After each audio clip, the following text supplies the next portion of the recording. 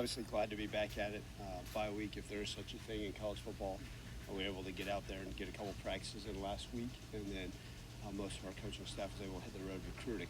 It's exciting. The brand, the national brand of Memphis football is out there, and it's talked about throughout our country, and a lot of people, high school recruits and coaches are very, very excited about what's going on and the future of this program. So that was a lot of fun. But always glad to be back and back at it and practicing.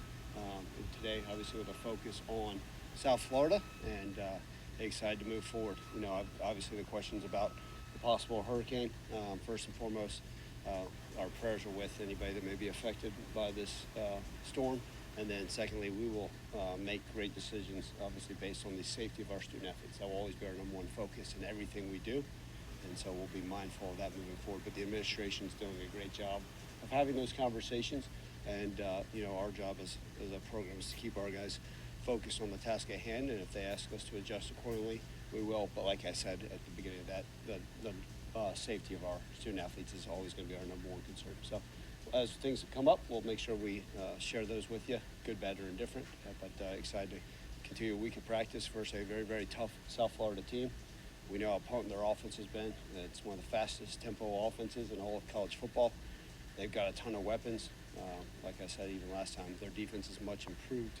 You look at what they did versus Alabama, going into the fourth quarter, a one-point game, lined up versus Miami and went hand-to-hand with them almost the entire game. So they're very, very capable, and it's an away game on national television, which we're quite excited about on a Friday night and in an NFL stadium. So, look, we got to have a great week of preparation, but excited to move forward in the right direction. I'm not. The administration's handling all that stuff. So, you know, as we know, it's all a go until they tell us differently. And, you know, whether it was during the COVID times, I've been a part of, we played at Central Florida and we got off the plane, got on the buses and said, hey, let's get back on the plane and fly back home. So, again, as long as our guys are safe, we'll be unflappable and whatever changes may have to occur. Just a hypothetical, coach. Yeah, I think they're not totally blinded by what may be out there, but our guys have been great. Like I said, you know, when I talk about the blinders, it's okay, the focus on, it does us no good to worry about that right now out of practice, and we're going to, you know, if we have to have dialogue with their families to let them know that what may be occurring, we will. But again, until we have further information, it does us no good to sit here and panic and say, what if? Our operations crew, our people do a wonderful job. If something has to change the plans, we'll be ready.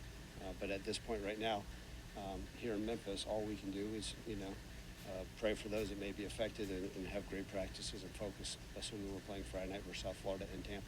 Just a hypothetical. If they can't practice this week, airport's closing it down.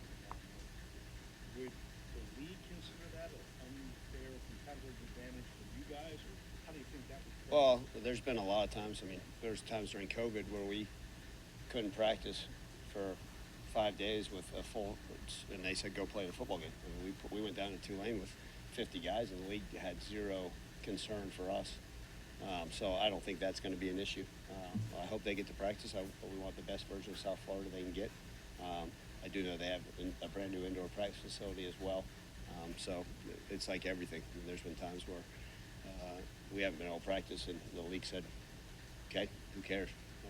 Go find a way to play the football game. So I hope they have the opportunity to practice, and more than anything, right? I want it to be a game where everybody had, you know, all the weapons and able to go out there and play a full game of football on a national television audience.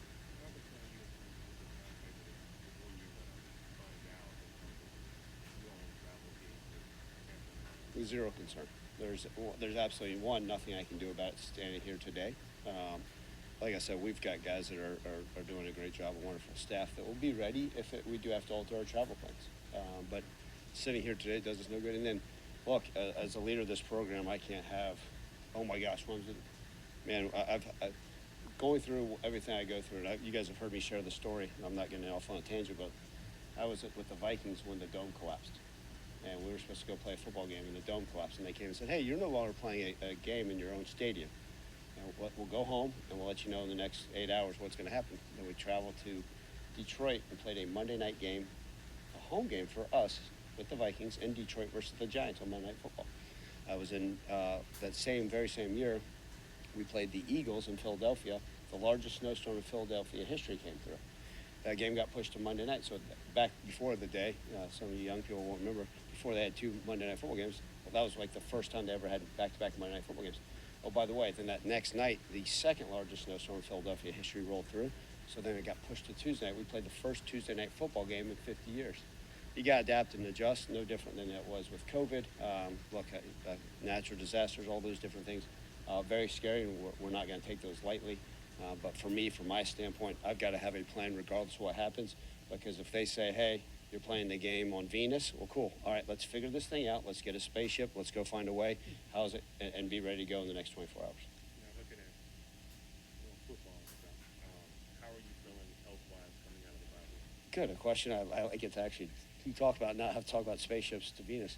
Yeah, I think it was good for us, right? I think like a lot of the teams, 5 games into the regular season, and I think we're able to get refreshed. We still practice.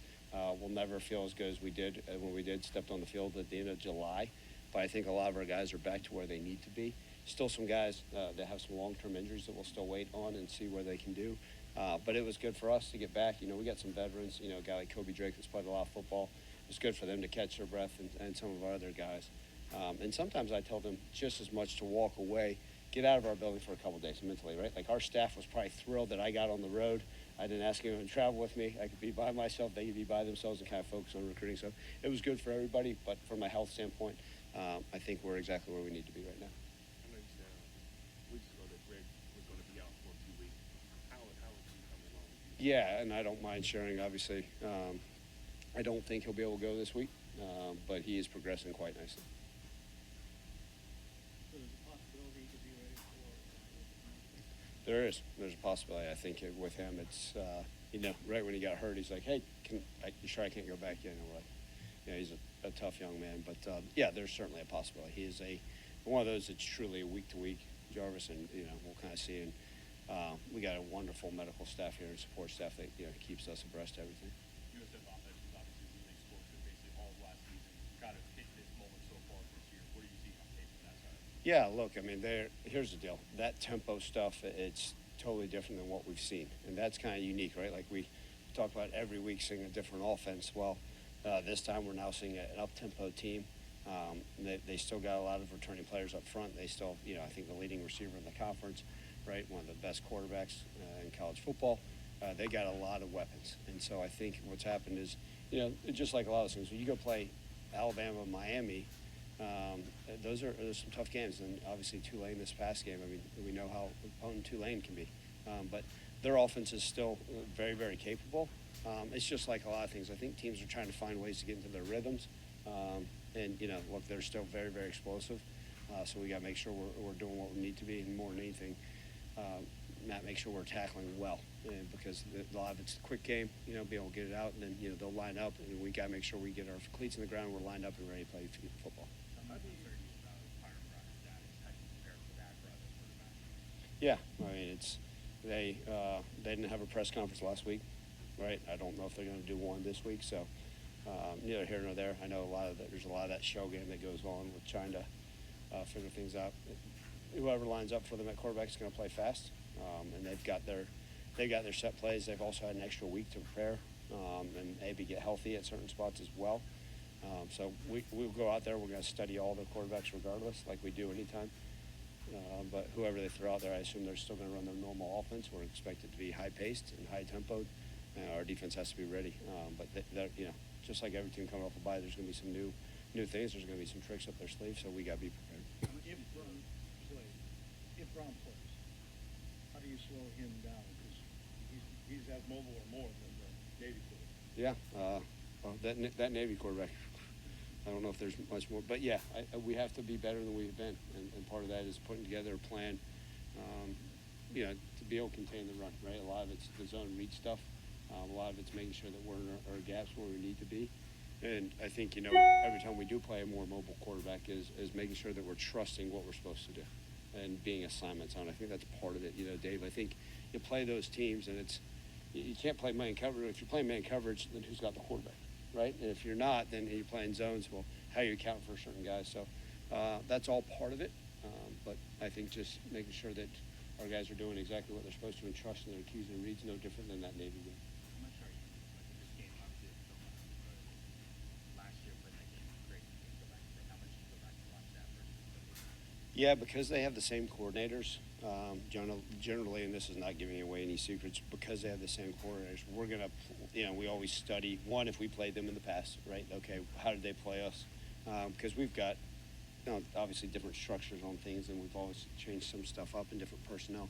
But we'll watch some of the stuff they did last year, not just versus us, but other teams, because they're not going to line up there and say, okay, well, here's our game plan from last year versus them. Let's just roll out the exact same deal. So you study it and you look at it and see how they try to do certain things. But they've adjusted a lot, really, in a year span, just like every team. About the defense, obviously struggling against Navy, but then had a much better performance a couple of weeks ago. Where do you think the confidence level of the defense is at right now? Yeah, so that was one of the questions was actually asked last Monday in the press conference was, what I told them was I did, the Navy game, credit to them. I hope that was just a anomaly, like that's not who we are. It started off with poor tackling, and we've got to be better. And then I think, you watch the MTSU game, our defense played really hard. They ran into the game and had more confidence. And because what happened the first 3 weeks, everybody's saying, man, you guys are playing great defense. This is awesome. This is exciting.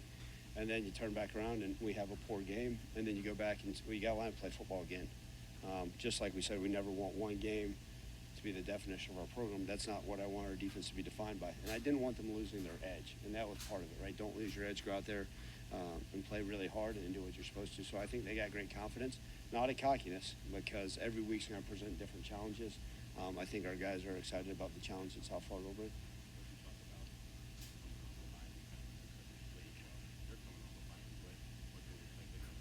Yeah, I'm not very innovative, but because Coach Golis will be watching this film, we've actually implemented Navy's offense, so that's what they can expect. They should probably start preparing for that immediately.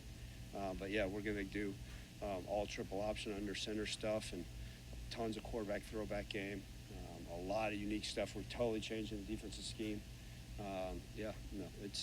I think a lot of that you just do some self-scout. And I think, was asked last week, what are the things you always look back and say, okay, what can we improve? But you also don't want to sit there and say, okay, hey, when the tight end is lined up 6 inches off the number, it's 72% run. Well, do you need to change your run game based off of that percentage? Now, if it's 92%, yeah, okay, hey, let's move them back this way, because people are going to study that.